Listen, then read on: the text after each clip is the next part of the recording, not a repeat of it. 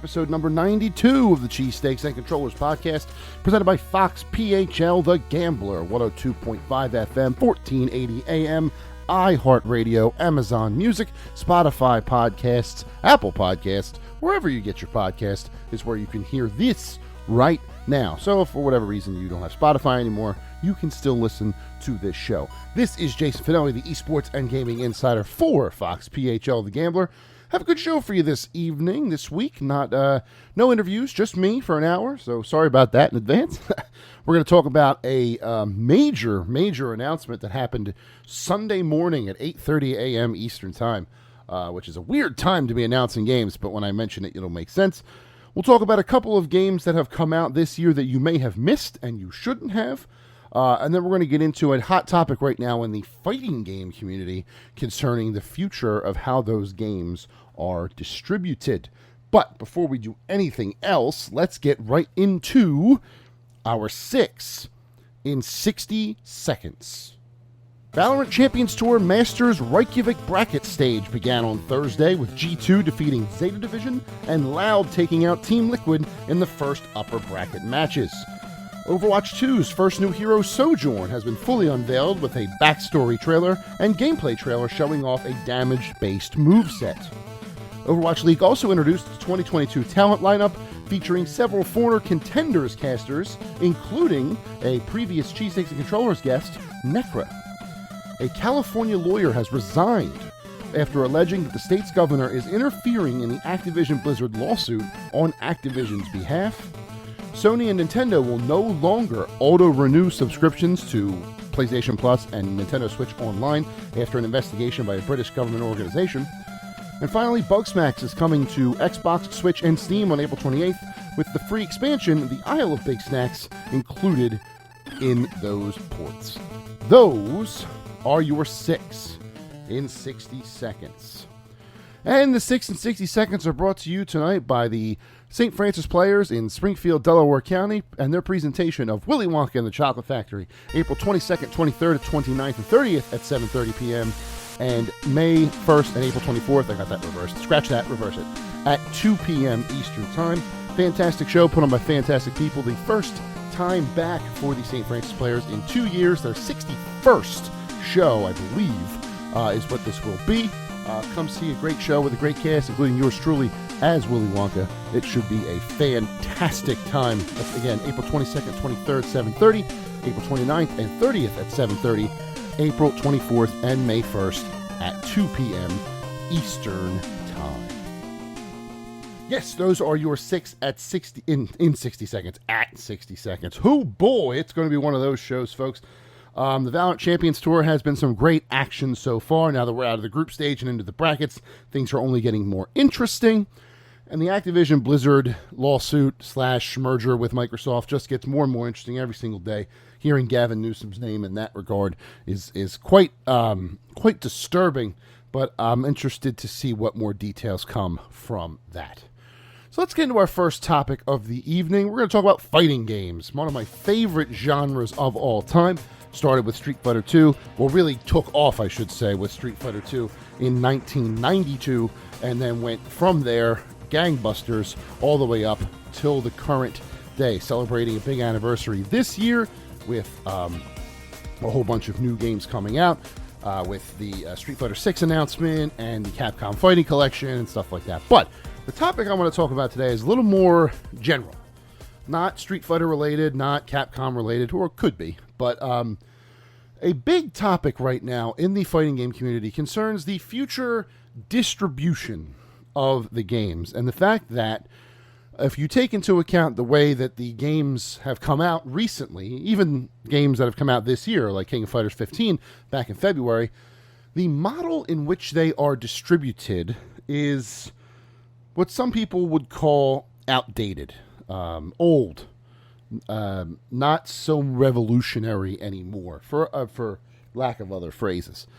Specifically, I'm talking about the fact that you would spend $60 up front to get a copy of the game, and then pay $30, let's say, for the season pass, which gets you however many more groups, and then you'll pay $30 again for another season pass, and $30 again, until the game has finished development. That gets costly. Granted, that cost is stretched out over time, but it is still an expense that some people may not be able to, handle or want to handle. They may look for a different option. So the topic has come up in recent weeks about whether or not fighting games could go free to play.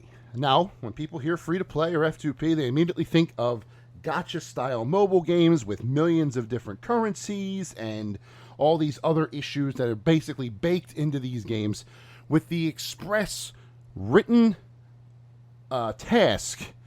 program task, I guess it should be. Not, I almost said express written consent, but the expressed task of taking your money out of your wallet and giving it to whoever makes or distributes the game.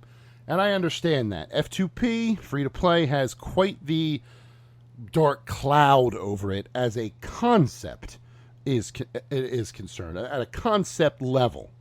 However, I don't know if this is something that should be dismissed right out of the gate for fighting games. And there are a couple of games out there, some fighting, some in other genres, where you could take inspiration from if you were going to go this route. It would be a challenge. Don't get me wrong. One of the games that I'm going to cite as a possible inspiration for a business model of a free-to-play fighting game has been around a long time, and they have perfected what they do. But I think with enough care and time and cultivation of ideas and implementation, I do think that a free-to-play fighting game model could be huge for the genre as a whole. And I would love that because it's one of my favorite genres ever, like I said at the beginning of this segment. So what am I talking about? I'm basically talking about the MOBA model, League of Legends. League of Legends has 150 champions in it. Actually, it might be a little more than that now. When you first download the game, you don't pay anything, and you get a certain amount of heroes that are free to you in the rotation, they call it. And they certainly, it slowly cycles through all the heroes in the rotation throughout however long getting through the entire roster takes. You can choose to purchase heroes with in-game currency that you earn or with real money, but there's no obligation to do so. And every month or whenever the rotation circulates, you get a new slate of characters to try. That idea is not terrible, if you ask me. When I'm thinking about it from a fighting game perspective, imagine a game like Street Fighter 6, right? Where you don't ever have to have the conversation about which previous characters from the series should be added to the game, because eventually, through this model, they'll all be there, just in a rotation, and you can pick and choose individuals or bundles as you see fit. Granted, anybody you say that to will then say, what about balance? And that obviously is an issue that MOBAs have been dealing with since they implemented this model. League of Legends is putting out a huge patch tomorrow, I believe, if it wasn't today, the 14th, with adjustments to some of their long-tenured heroes and to their new champions. In fact, the biggest impacted from this most recent patch was their newest champion, Zeri. So they're constantly tweaking, constantly balancing, constantly trying to get their heroes featured when they're outside of the rotation so that people, obviously purchase them. And I feel like this model does have legs in fighting games. You start say you release a game with, let's take Street Fighter V, right? So Street Fighter V came out in 2016 with a roster, if my memory serves me, of 12. Might have been 16. 12 or 16 fighters, right? And then eventually you got these seasons of content with 5 or 6 or 4, depending on the season, extra fighters. Each at their own cost. 5 seasons total. $60 entry fee. 5 seasons at $30 each is $150. You pay $210 for one game. And that's not including the Capcom Cup DLC or other stages that were separate, things like that. None of that's included. Just the characters themselves. Just the season passes. themselves. It's a lot of money. Now, if you have that roster of 16 and you slowly rotate through them, let's say 4 at a time, and then you start to eventually add champions as League of Legends, as Overwatch does, until you get to 30, and then you can change that rotation to 5 at a time or 6 at a time and give people more of a chance to try more characters at once. And then when they find the guy they like, they purchase him, and that's that. Or if they're crazy, they buy everyone. And then you can still use the bundle idea for the people who still want to do that, who want to go by that old school idea.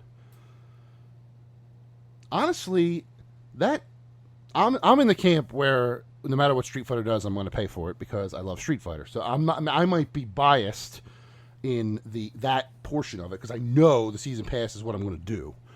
But that being said, the MOBA model does make sense if you really think about it, and it's already been done in fighting games. People forget that it's already happened in fighting games in the last decade. Within the last 10 years, we've already seen something that has done this. It was on your Xbox One, and it was called Killer Instinct. Now, eventually, they did come out with seasons of fighters, and they did do the season pass model, and they also, when it released, had a entry fee where you had everything unlocked, or a smaller entry fee where you had all the characters, but not quite every single piece of content, or you had the free option. Now, the problem with the free option was it was too limited. It was just Jago, and I think 1 or 2 characters that rotated every 2 weeks, or 1 week, or whatever it was. That's not enough for a free-to-play model. If you're going to try and get people in on the ground floor, if you want to try to attract people on the ground floor, you need to have more than 2 or 3 options, especially when you're offering 10, 11, or 12. My thought would be, in the very beginning, say your roster's 12 characters, it's always 4, a minimum of 4 for the free-to-players, which for a starting roster of 12 would be 33%, for a starting roster of 16 would be 25%. Minimum 4 for the free-to-play players. And then as your roster grows, you can add 1 more every couple of years. So in my previous example, roster gets to 30, you want to stay at 20%, give them 5. Or that would be actually, but that's would be 6. 6 would be 20% when you got to 30. Or if you wanted to keep it 25%, you'd give them 6 at 24 characters, or 5 at 20 characters. And then you would slowly, and eventually, if you put in every character in Street Fighter history, it's going back to Street Fighter, and you're at like 150 characters like League of Legends is, and you want to give them 10 free characters on the ground level, 12 in a rotation, that would be up to you. 15 would be 10%. That would be fine with me. Again, balance is a Herculean effort, but patches are coming out all the time. It would basically turn Street Fighter, or whatever fighting game we're talking about, into a live service game, which are the hotness at the moment. Sony just announced that they have 6 different live service projects in active development right now. And some people will be hesitant about that as well. Some people will think, now, wait a second here. Live service is another one that tries to pull your money out of your pocket as often as possible. Looking at you, Fortnite. Looking at you, Destiny. Looking at you, other Battle Royales, PUBG, let's say. And that's true. But there's going to be some of those mechanics. The problem is how intrusive they are, or how important they are to victory in the game. If you want to be free to play but have some, cosmetic stuff, like if you want to sell costumes, if you want to sell extra stages, if you want to sell, alternate skins, fine. But don't start selling boosters where all your attacks do 10% more damage for 20 minutes, or you gain extra XP for 2 hours. Double XP weekends are fine, but if it's given to everybody. But I don't want any individual multiplayers, because that's where people start to get a little weird. And if you're doing battle passes with characters in it, you want people to get through the battle pass as soon as possible. So, let's going to the battle pass for a second. Fortnite's Battle Pass has skins, has cosmetics, has all that, but nothing directly impacts the talent of the player. Everything is the same still. Same movement, same controls. The only difference is what I'm wearing on my body. If you were to do a Battle Pass in a fighting game, you would not be able to do it with characters. Pokemon Unite is a good example. They do Battle Passes, but it's always for costumes of current Pokemon that are in the game, HoloWare as it's called. It's not the fighters themselves, because then you have a system, and you could potentially have a system where, say your Battle Pass is 50 levels, and at the 50th level you get Akuma or Evil Ryu, going back to the Street Fighter example, or a character that hasn't been in for a while, Yun, let's say, from Street Fighter 3. Then you just have someone who uses all their XP multipliers, gets through the Battle Pass in a week when it's supposed to be worth 6. It's supposed to be 6 weeks long. Then they have you in week 1, and they have a huge competitive advantage. You couldn't do that. There are limits to this, and those limits need to be recognized. But I don't inherently see an issue with the attempt. Now, going back to Killer Instinct, kind of went off on a tangent there. Once the full roster was out, the free aspect of it grew and grew and grew until eventually the entire Definitive Division became part of the Game Pass subscription. So if you're an Xbox Game Pass subscriber, you can play the full version of Killer Instinct with everything included, as far as I know, as part of that subscription, because it's a first-party Microsoft game. They have everything. That's not quite the same as free-to-play at a foundational level, but it does show that it's there, and as I understand it, usage is good with Killer Instinct as part of Game Pass. So, if you give the ability to give people the ability to try fighting games at the ground level, that might be something that this genre desperately needs, and that's new blood. The fighting game community, as lovely as it is, it's the same people. Same people at every tournament. Same winners in every game. Same commentators. Same people making YouTube channels, which I watch. Don't get me wrong. I watch all the Twitch feeds. I watch all the YouTube channels. I love it. I cannot consume enough fighting game content. But we need new blood. We need young blood. The fighting game community is getting older by the day. We need younger folks to see the appeal of this genre without having to spend all of their money on it, because they're not going to do that anymore. It's just not the gaming industry that we live in anymore. There needs to be some sort of entry point at a free ground level to at least let them try it. And I don't mean a demo. A demo is different. And the first thing I think of when I think of fighting game demo is that story demo from Marvel vs. Capcom Infinite, which was dog butt. No. I'm talking about a free-to-play level of entry, a la Killer Instinct, a la League of Legends, to go back to that comparison, where people can play it immediately, the full version, with 1 or 2 characters, go through story mode, go through challenges, maybe even play online if you really want to be frisky, and see if they like it. Because then, when they get into it, when they get into the competitive scheme, when they see a character that's beating them up and they're like, wow, I want to try that character, that's when the money comes out. That's how they start to build again.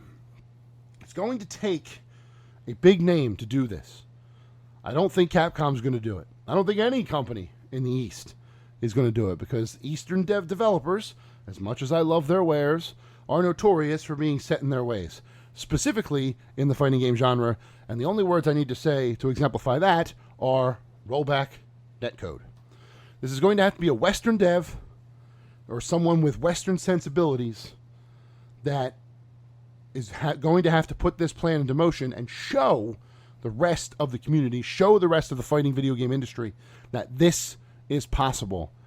And ironically, there is one on the horizon that I think could be the one to make this format appealing to the entirety of the fighting game genre. And to go full circle, it's Riot Games.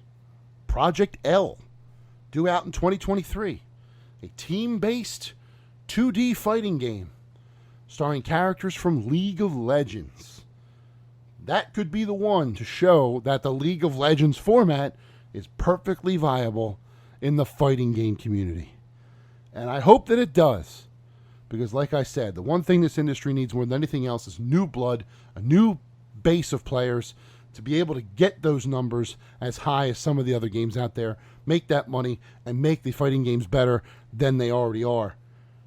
And if Project L is the harbinger of that, if it took Riot Games 11 years or 14 years by the time the game comes out from when League of Legends started to revolutionize the fighting game industry as we know it, then so be it. I'm ready for it. But ultimately, my point is, free-to-play in fighting games can work. You just have to have an open mind about it, if you ask me.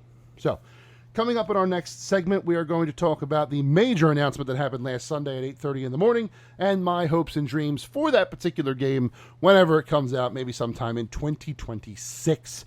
That's a joke. Hopefully, stick around. All right, welcome back to Cheesesteaks and Controllers, episode number 92. Rolling right along here with our second topic of the evening. Hope you enjoyed that first topic before we get going and open your mind a little bit about the idea of free-to-play fighting games. If you don't like that idea, I would like to hear your opinion on it. Tell me why I'm wrong. If you want some sources on some more information on that, Maximilian is a great YouTube channel. One of the ones that I watch all the time. He did a great couple pieces on how it could work.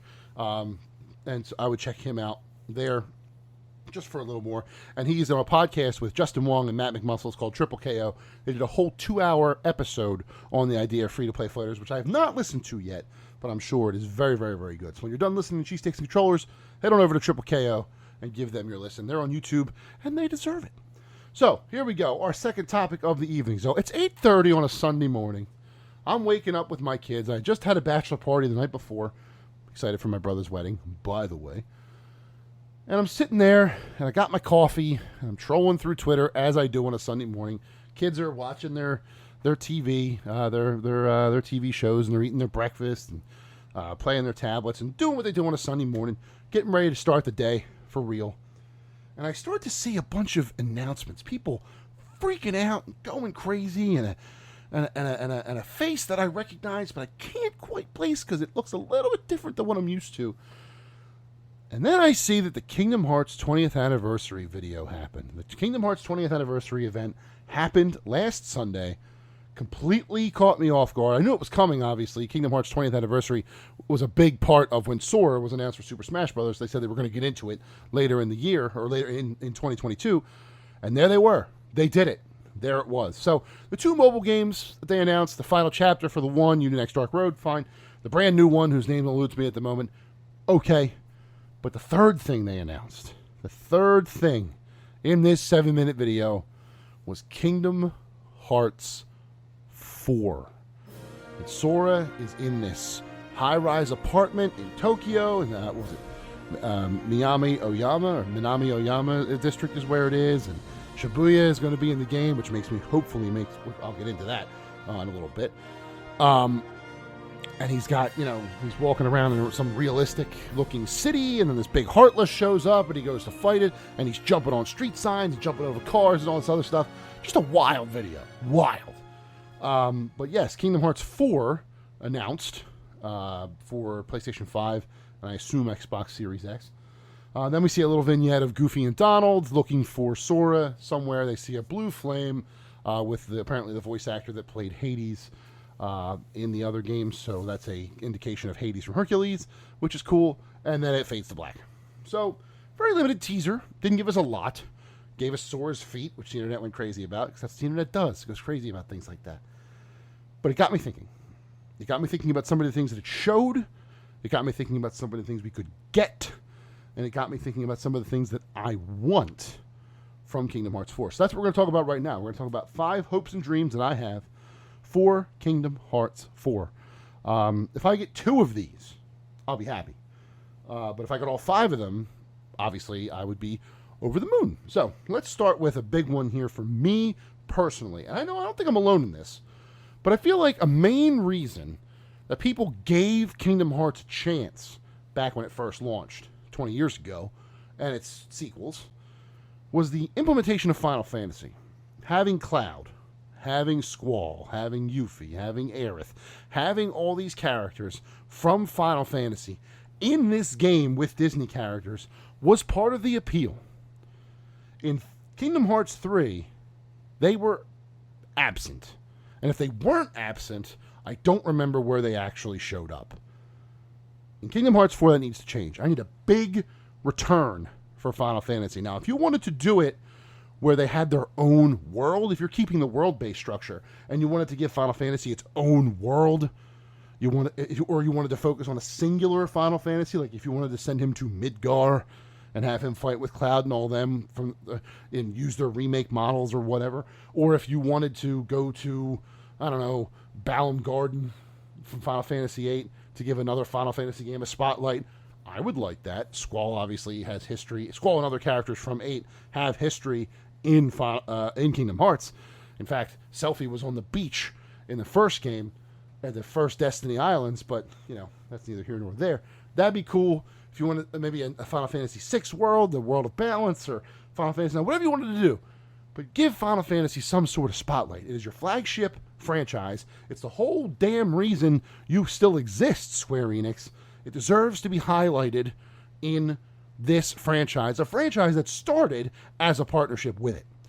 Square Enix and Disney, Final Fantasy and Disney is what brought us into this franchise.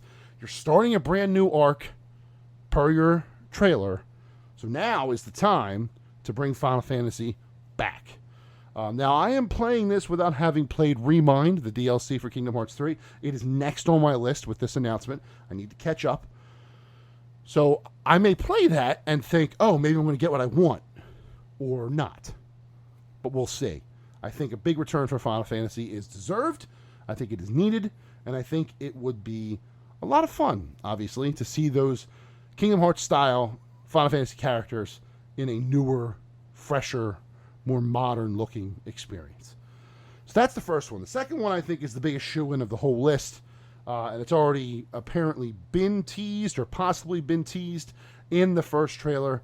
And that is the implementation of 2 major franchises now under the Disney umbrella, Marvel and Star Wars. I think Marvel and Star Wars in this game are shoo-ins. They weren't shoo-ins in Kingdom Hearts 3 because that game began development way back when. Remember, it came out in 2019, was announced in 2013.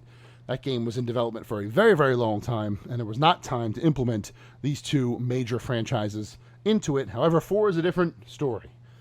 I think we're going to get Marvel, and I think we're going to get Star Wars.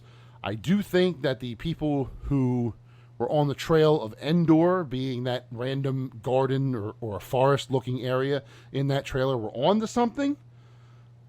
I don't know that that's where the story is going to go exactly, but I do think that that is a good thought. That was Endor, but we'll see for certain if it is or not. But I do think my question then is: do you go original trilogy in Star Wars? Do you go new trilogy? Do you go original story? Do you just go Mando and do a Mandalorian world or a Mandalorian set of missions or something like that? A lot of possibilities there. I think Marvel is a little more clear cut. I think you just go straight Avengers and have him help them fight Thanos. Rip it right from the movie if you want, or do something a little bit different. That's up to you. But I feel like that Infinity War and Endgame is the best use of Marvel in Kingdom Hearts. Now, could they get the voice cast? I'm not even going to go there, but it would be really, really cool if they could. But in any case, whatever they decide to do, whichever route they decide to take for both of these franchises, I think Marvel and Star Wars should and eventually will be part of Kingdom Hearts 4. The third one is more of a pet peeve just because the main meme around Kingdom Hearts, the main joke, is how hard it is to follow. How difficult it is to wrap your head around the ever-winding story that is that game and all of its, the core trilogy and all of its many side endeavors. So one of my major hopes for Kingdom Hearts 4 is that the story is told in a much more coherent, much more, not so much linear, but much more user-friendly fashion, let's call it. Again, the trailer for Kingdom Hearts 4 that came out last Sunday did cite that this is a brand new story arc, that the story arc from the original trilogy is finally done after all those games. So let's keep it a little more understandable, shall we? Let's not go off the rails with side games and introducing all different kinds of crazy characters and all this other stuff. Let's keep it on, if you want to keep the same game on all platforms, that would be nice too. That way, important story bits aren't on handheld consoles that people don't own or something like that. But I do feel like the storytelling now, since you have reset the story and you're starting from scratch, you have the opportunity to not then immediately go off the rails. And I would hope that that is in the mind of anybody who's writing this narrative. Keep it simple, stupid. KISS method. That's all we want. We just want to be able to understand what's going on. You want to harken back to the old stories? Maybe a couple of references? Fine. But let's keep this Lost Master arc as clean, as simple and clean as possible. Fourth one is, this is just one that I would really like. I don't know if it's ever happened before. I can't remember if it's ever happened before. If it has, it's been a side game, not in the core trilogy. I would like to control Donald and Goofy for a little while. I would like to actually play as both of Sora's regular sidekicks, whether that be in a mode where I have to choose between the two, maybe a potential co-op experience, or one where I could switch between the two at will, a la Final Fantasy VII Remake. But I think it's time. I think it's time to let players play as Donald and Goofy directly, as opposed to just commanding them and leaving them to their, to battle as an AI. I think being able to try Donald's magic would be awesome. I think being able to check out Goofy's tankiness and his multiple abilities would be sweet. And I just think we've been adventuring with Donald and Goofy for so long as Sora that it's high time that we're able to control them too. So I think that's something they should definitely attempt to do, if not give us right out of the gate. Because, again, I just want to play as them. I just want to check out Goofy as the most powerful mage in all of Square Enix's lore, and that is canon too. They won't say it, but it is, and the end of Kingdom Hearts 3 proves it. I'm not going to spoil anything for you here, but if you know what I'm talking about, you know what I'm talking about. And then finally, this goes back to topic number 2, talking about Marvel and Star Wars and the Disney portfolio. As much as I like going through some of the more popular or more well-known franchises in that Disney portfolio, I would really like it if they went completely nuts and gave us something way, way, way back into the obscure of the things that they own. So, for example, with the Fox purchase, they now own FX. So there's a whole slew of shows they could get into there. The first one that comes to my mind, at least for something different, would be Archer. Now, the problem is Archer is not a children or a teen rating friendly franchise that have to tone down the humor in Archer, but I feel like that would be a very funny sort of back and forth between Sora and the group and Sterling Archer. Makes me laugh just thinking about it. But they have all these different movies and shows, all these different things in their portfolio. I would like to see them give us more than just the surface stuff. Now, if they do go the world-based format, I would expect something like Moana, which came out in 2015 and was huge. I would expect a return to Arendelle for Frozen 2, hopefully with a better story this time. One of the greatest injustices that video game players will ever suffer from a game content perspective is not being able to fight a darkness influenced Elsa, as apparently was the original plan per the rumors and the theories. I would have loved to have played that, but alas, it was not to be. I expect the more popular stuff to be at the forefront. It would be silly not to.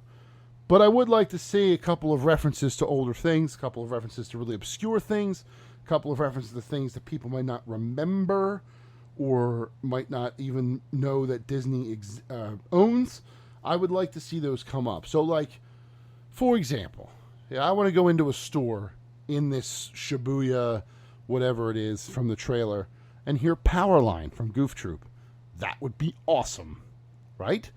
That's the kind of thing I'm talking about. Little references, little nods to the loyal fan base, just to let them know that, yes, we are focusing on the big stuff, but we know that you like our heritage too. We know you like where we come from.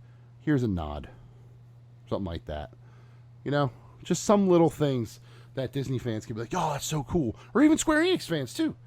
One of the Kingdom Hearts games, I want to say 3D, could be wrong about that, had Neku from The World Ends With You. That would be sweet.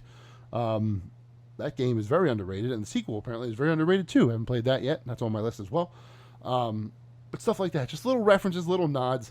I don't need everything, every obscure movie ever made to be playable as a world in Disney, but I would like to see more references, more nods, more acknowledgments of stuff from their deep catalog, their obscure catalog, rather than just all of the most popular front-facing things. I get why they would do it, but at the same time, throw me a bone here, will you? But that's it. That's what my hopes and dreams for Kingdom Hearts 4 right now. I need to see more. Would love to see more. I don't expect that game coming out for at least 2 to 3 years. I understand it's in very early active development, which is fine. But it's really, really cool that it even exists. I didn't think the story would be continuing this soon, and I am looking forward to see where it goes from here. On the other side, we're going to talk about 5 games that have come out this year in the first 3 months and 2 weeks of 2022 that you may have missed and you really shouldn't have. Stick around. All right, welcome back to Cheesesteaks and Controllers, episode number 92. Rolling it out to the end of the show here. And we're going to talk about games that you should be playing. Now, obviously, you have enough games that you'll be playing right now. You don't need me to tell you any more to add to your stack of backlog that always increases, never decreases, and will never, ever stop. But these are games that I feel like should be acknowledged. These are games that I feel like should be touched on in some way, shape, or form. Games that have come out this year, whether from smaller developers or flat-out indies or things like that, that you should be playing. Things that should be on your radar. Things that you should have an idea of when you're going to select what your next game is going to be. As long as you keep these in mind, I'm happy. But if you want to actually try them for yourself, that would be great too.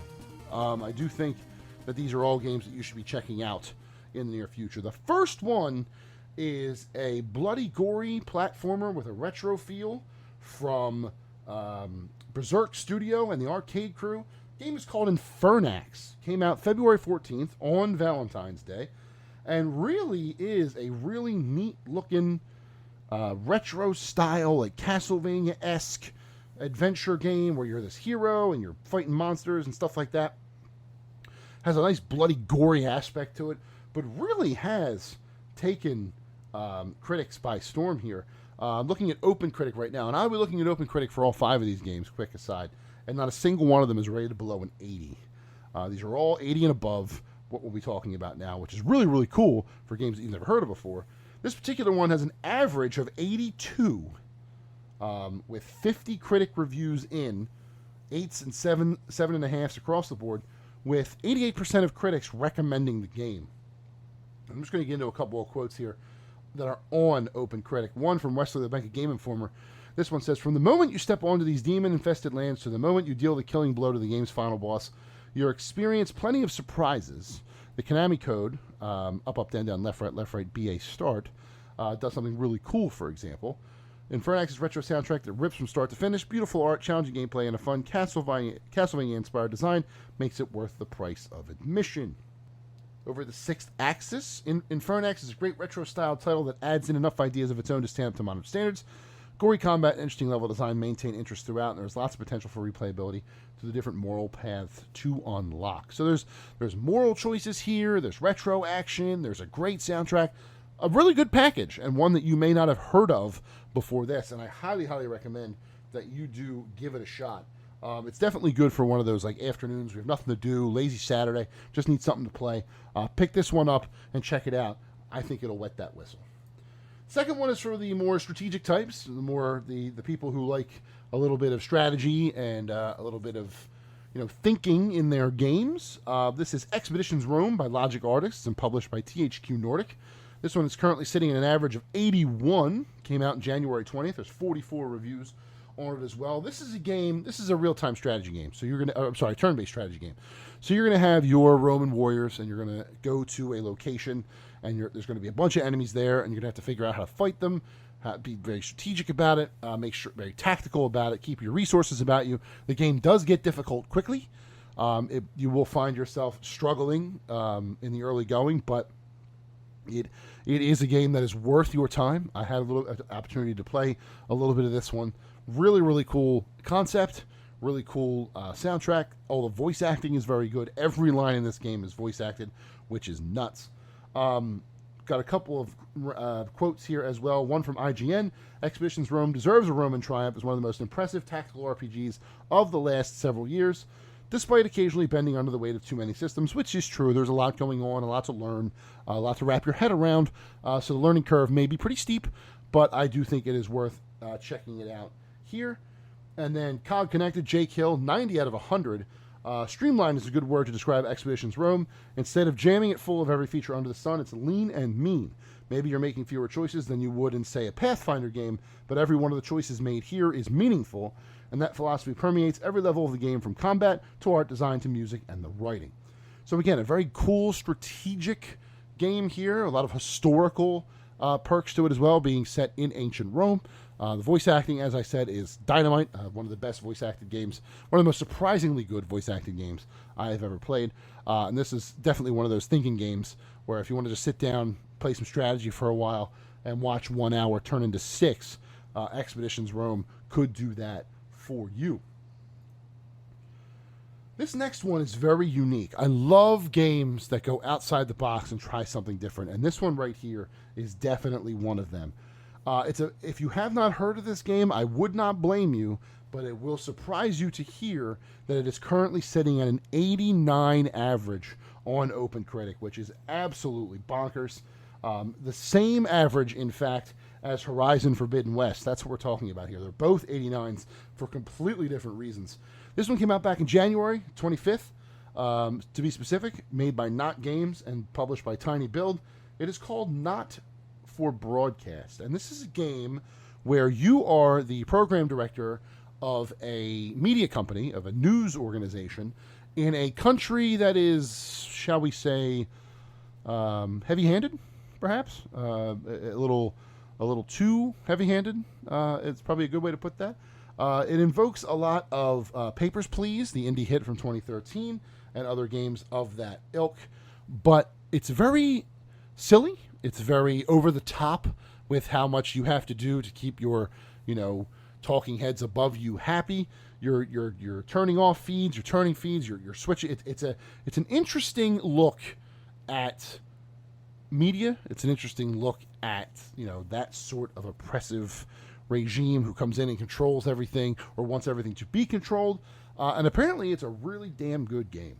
So, for example, Kyle Leclerc at Hardcore Gamer, 5 out of 5. And rarely do you find games these days that could be described as a combination of ambitious, thought-provoking, hard-hitting, hilarious, and extremely fun, but somehow Not for Broadcast delivers on every single one of these fronts. Game Grin, Mike Crew, 9.5 out of 10, calling it quite possibly the best FMV game ever. Not for Broadcast had me both laughing and scrambling in a panic when the channel's viewership dropped. Even if you never had any interest in FMV before, Not for Broadcast will surely change your mind. And FMV, for those who don't know, full motion video, is the old school way of development where you would have cutscenes with real people in them, and then that you could sometimes control what they did as well. I'm trying to think of a notable example that is not too niche or too unknown. The only one I can think of off the top of my head was an old PC game called Titanic Adventure Out of Time by Cyberflix. But I think I'm the only one that played that game, so I would not be surprised if you've never heard of that before. But it's that style of game, FMV, full motion video. So Not for Broadcast is number 3 here. Number 4 is a sequel to a long-running PC series. It's been out for a very, very, very long time. And it's one that is consistently good every time it comes out, but it's one that I personally just have not had the time to really get into. The game is called Syberia, The World Before. That's Syberia, Made by Microids Studio in Paris and published by Microids themselves. Currently sitting at 81. It came out March 19th. That's 21 reviews. So the number of reviews is low, but the scores are very good. It's I believe, a point-and-click adventure style game, which harkens back to the old school, like we're talking like Maniac Mansion, Day of Tentacles, stuff like that. A lot of praise going on right now in these reviews for this game here. Andrew Farrell, PC Invasion, 9 out of 10, says it's visually wondrous and full of logical, fair puzzles and likable characters. A worthy entry of the series, despite a jarring conclusion, which, sometimes endings go off the rails. I guess we'll see what happens there. 8 out of 10 from Game Mag, unknown author, says Siberia the World Before is a comfy game that aims for the hearts of longtime fans of the whole franchise and tells a great story of self-discovery in a unique setting. So if you've played the Siberia PC games before, or if you're just looking for something different on your PC, Siberia the World Before is a good idea, just for, again, something that you've never tried before or a story you've never been told with characters that you may not have ever seen before. And sometimes that's good. Sometimes that could jumpstart you on a whole line of games. Like if you like this one, you may want to go back and try the older ones, and just to see what all the hubbub is about. So this is one I would definitely recommend, Siberia the World Before, if you're just looking for something different and you're a PC-centric player. Otherwise, obviously there are plenty of games to play, but this one is definitely one to check out. And finally, this next one is the whole impetus for the entire list. This is one that I had not heard of myself, and then people started to really talk about it. Came out March 25th, so it's relatively new, on PC, made by a developer called Geography of Robots, who I had never heard of, published by Raw Fury, who I had. This game is called Norco, Norco, and is currently enjoying a 91 top critic average, with 92% of critics recommending it, which is absolutely amazing. I'm not too familiar with what this game is. I believe it's a choice-based narrative adventure set in the American South. But these are the things I'm hearing about this. A hallmark of excellence, says Noel Warner from Destructoid. Maybe flaws, but they're negligible and won't cause massive damage. Richard Wakeling at GameSpot weaves a compelling and utterly wonderful story that's dark, beautiful, evocative, and distinctly human. A must-play for anyone interested in narrative-driven games. PC Gamer. Eurogamer recommends it. A beautiful, surprising, human, and utterly magnetic debut. And then Game Informer, 9.3 out of 10 from Jason Guisau. I hope I say that right. Never played a game like Norco, which elegantly celebrates and admonishes its cultural roots while simultaneously chronicling a strange doomsday scenario. Kay and Catherine Shattered America is not so dissimilar from our own. Burgeoning industrial complexes threaten to displace low-income families, automated systems supersede human workers, and the filthy rich work around the clock to deter upward mobility. Game isn't always gloomy, though. One cool night I sat atop City Hall and gazed at the constellations with a stranger. Hours earlier, I flipped through treasured memories on a faulty flat-screen TV. Norco is an unforgettable reminder that there is inherent beauty behind the madness. This is the next game I'm going to play. I know I said earlier that Remind is up there on my list, the Kingdom Hearts 3 DLC, now that the Kingdom Hearts 4 has been announced, but it is only preceded by this. I am so into and interested in this game that I haven't played it yet, and I'm telling you that it seems to be worth your time if you like games that are driven by their story and the dialogue and solving puzzles and stuff like that. This is not an explosive, rooty-tooty sort of game. So if you need that high action, you're not going to get it here. I'll admit that right off the bat. But if you like good stories with crazy twists and some weight to them, this apparently is an early contender for surprise game of the year. And I am right on it. So I came to this, I put this on this list, and I put it last because, like I said, it was the whole reason for the list. I had never heard of this.